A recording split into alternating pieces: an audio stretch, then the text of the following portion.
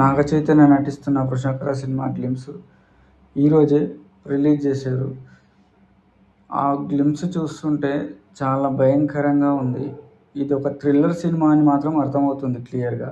ఈ glimpse start అవుతున్నప్పుడే ఒక వ్యక్తి తన నోటి నుంచి గబ్బిల ఆకారంలో ఉన్న ఒక శక్తి బయటకు వచ్చి మరొకరిని చంపడం వంటి దృశ్యాలు చాలా హాలీవుడ్ స్థాయిలో ఉన్నాయి.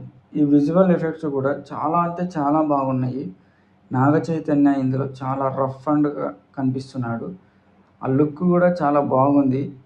ఒక నిధిని వేటాడే వ్యక్తిగా ఆయన పాత్ర ఉండబోతుందని మాత్రం సమాచారం ఉంది.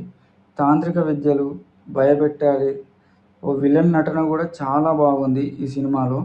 ఈ సినిమా క్లైమాక్స్ ఇండియా సినిమాలోనే ఒక బెంచ్ మార్క్ అవుతుందని నాగ చైతన్య ఆ గ్లిమ్స్ లాంచ్ ఈవెంట్లో చెప్పడం జరిగింది.